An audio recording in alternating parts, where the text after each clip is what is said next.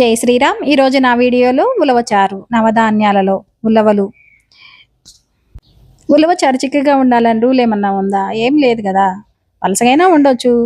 అప్పుడంటే ఎక్కువగా అందరూ ఎద్దులు కొడకబెట్టుకునే వాళ్ళు కాబట్టి చిక్కగా ఉండేవి. కానీ దీనివల్ల ఉపయోగాలు ఏంటంటే ఒంట్లో ఉన్న నీరుని బ్యాడ్ అంతా తీసేసిద్దంట. ఎంత తీసేసిద్దంటే రాళ్లను కూడా కరిగిచ్చే శక్తి ఉందంట.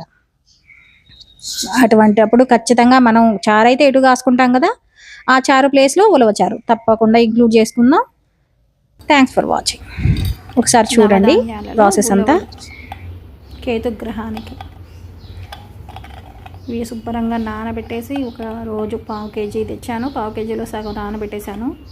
ఒక రోజు నానబెట్టి నైటు పొద్దున కడిగి శుభ్రంగా ఉడకబెట్టేశాను. అది చారు ఎలానో కేతుగ్రహ శాంతి మన వంటలో. నవధాన్యాల గురించి చెప్పుకుంటున్నాం కదా, ఉలవలు కేతుగ్రహానికి చాలా ముఖ్యమని ఈరోజు కలిసి వచ్చింది. మంగళవారం 1/2 కేజీ తీసుకొచ్చాను. 1/2 కేజీలో సగం నానబెట్టి ఒక 24 అవర్స్ నానబెట్టి, 24 అవర్స్ కాదు, ఒక నైట్ నానబెట్టేసి పొయ్యి మీద పెట్టేసి ఉడకబెట్టేశాను.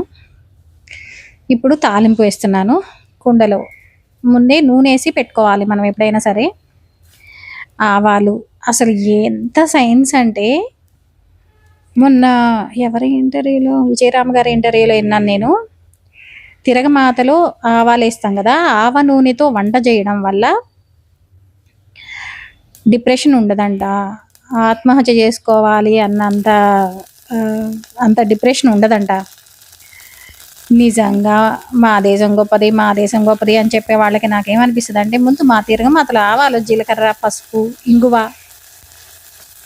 ఎవరి మంతిన సత్యనారాయణ గారి ఇంటర్వ్యూలోనే ఏమో చూశాను, క్యాన్సర్ తూట్లుగా చచ్చిపోయిద్దని. ఇంగువ నవధాన్యాలని ఆహారంలో భాగం చేసుకోవడం, దాంతోపాటు ఇంగువ తినడం. ఇక్కడ ఇంగువ మనం మర్చిపోయాం కాబట్టి గ్యాస్ ప్రాబ్లమ్స్.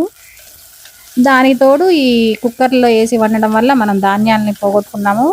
నిజంగా చూడండి, ప్రతిరోజు మనం ఖచ్చితంగా చారు చేసుకుంటాం కదా, ప్రతి ఇంట్లోనూ చారు ఉండిద్ది కదా. ఆ చారుని ఇలా ఉలవచారు అంటే చిక్కగా ఉండాలని రూల్ ఏముంది, చిక్కగా గట్టిగా తినాలని రూల్ ఏముంది. అప్పట్లో అమ్మమ్మ వాళ్ళకు కూడా ఉలవలు ఆవులు ఉండేవి. ఉల్లిపాయలు బాగా మగ్గనిస్తే టేస్ట్ చాలా బాగుంటుంది. ఈ మగ్గడానికి కొంచెం ఉప్పు వేస్తాను నేను, నూనె ఎక్కువ వేయను కదా. అమ్మ వాళ్ళకి ఉలవలు ఆవులు ఎద్దులు ఉండేవి, ఎంత బాగుండేయో. అది అప్పుడు ఇళ్ళమ్మటే ఎద్దులు బొమ్మలు గీయడానికి కూడా వచ్చేవాళ్ళు. మాకు ఇష్టం, మామయ్య మా సుధకి బాగా ఇష్టం, మగపిల్లాడు కదా. వాడు ఎద్దుల దగ్గరికి వెళ్ళేది, ఎద్దులకి అన్నం పెట్టడానికి. అటుకు వెళ్ళినప్పుడు మేము వెళ్ళకపోయేది. వాడికి ఆ ఎద్దులు అంటే కూడా చాలా ఇష్టం ఉండేది. ఇప్పుడు పెద్దడైపోయాడండి. మనం మాట్లాడడానికి కూడా చాలా పెద్ద మనుషులు అయిపోయారు అందరూ. మామయ్య ఎడ్ల బండి ఉండేది మామయ్యకి, కిషయ్ మామయ్య. ఎడ్లు బాగా చూసుకునేవాడు, బిడ్డలలాగా చూసుకునేవాళ్ళు అసలు ఎడ్డుల్ని. ఇదివరకు అమ్మమ్మ పెద్ద కుండలో ఊక ఉండేది కదా, రాయి పని చేసేవాళ్ళు కదా, ఆ కుండలో సగానికి దాకా వచ్చాయి ఉలవలు.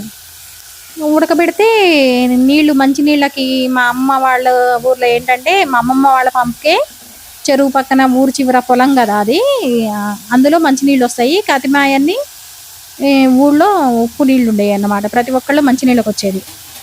వచ్చేటప్పుడు అలానే ఒక టిఫిన్ తీసుకొచ్చుకునేది, లేకపోతే వచ్చిన వాళ్ళు మా అమ్మమ్మకి చెప్పెళ్ళేది అనమాట. ఇవాళ పిల్లలు వచ్చారు, ఉలవలట్టి పెట్టండి, ఉలవ నీళ్ళు కావాలి అని చెప్పెళ్ళేది. టిఫిన్ అక్కడ పెట్టెళ్ళేది. అవన్నీ బాగా ఉడికి ఎక్కువ ఉలవలు కదా, రోజు ఉడకబెడతారా, మరి ఏం చేసుకుంటారు.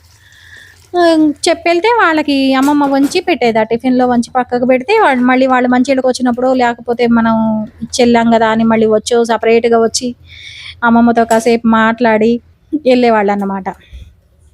దాంట్లో ఆ ఉలవచారు వేసేసాను. ఇప్పుడంటే మరి మనకు అన్ని ఉలవలు మనం ఉడకబెట్టుకోం కదా, అందుకని పలుసుగా వచ్చినాయి. అసలు నీళ్ళ చారు తాగే కన్నా చారు మన ఆహార పదార్థంలో ఖచ్చితంగా భాగంగా ప్రతి ఒక్కళ్ళం చేసుకుంటున్నాము.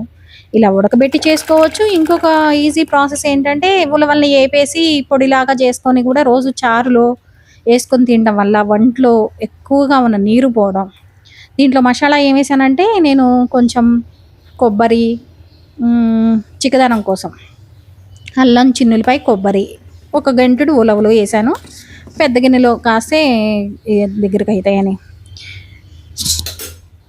ఉలవలు ఎంత శక్తినిస్తామో కాదు, ఒంట్లో ఉన్న వేస్ట్ వాటర్‌ని, ఒంట్లో ఉన్న రాళ్ళను కూడా కరిగిచ్చే శక్తి ఉందంట. ఒకసారి ఖచ్చితంగా చారు బదులు ఇది ట్రై చేయండి.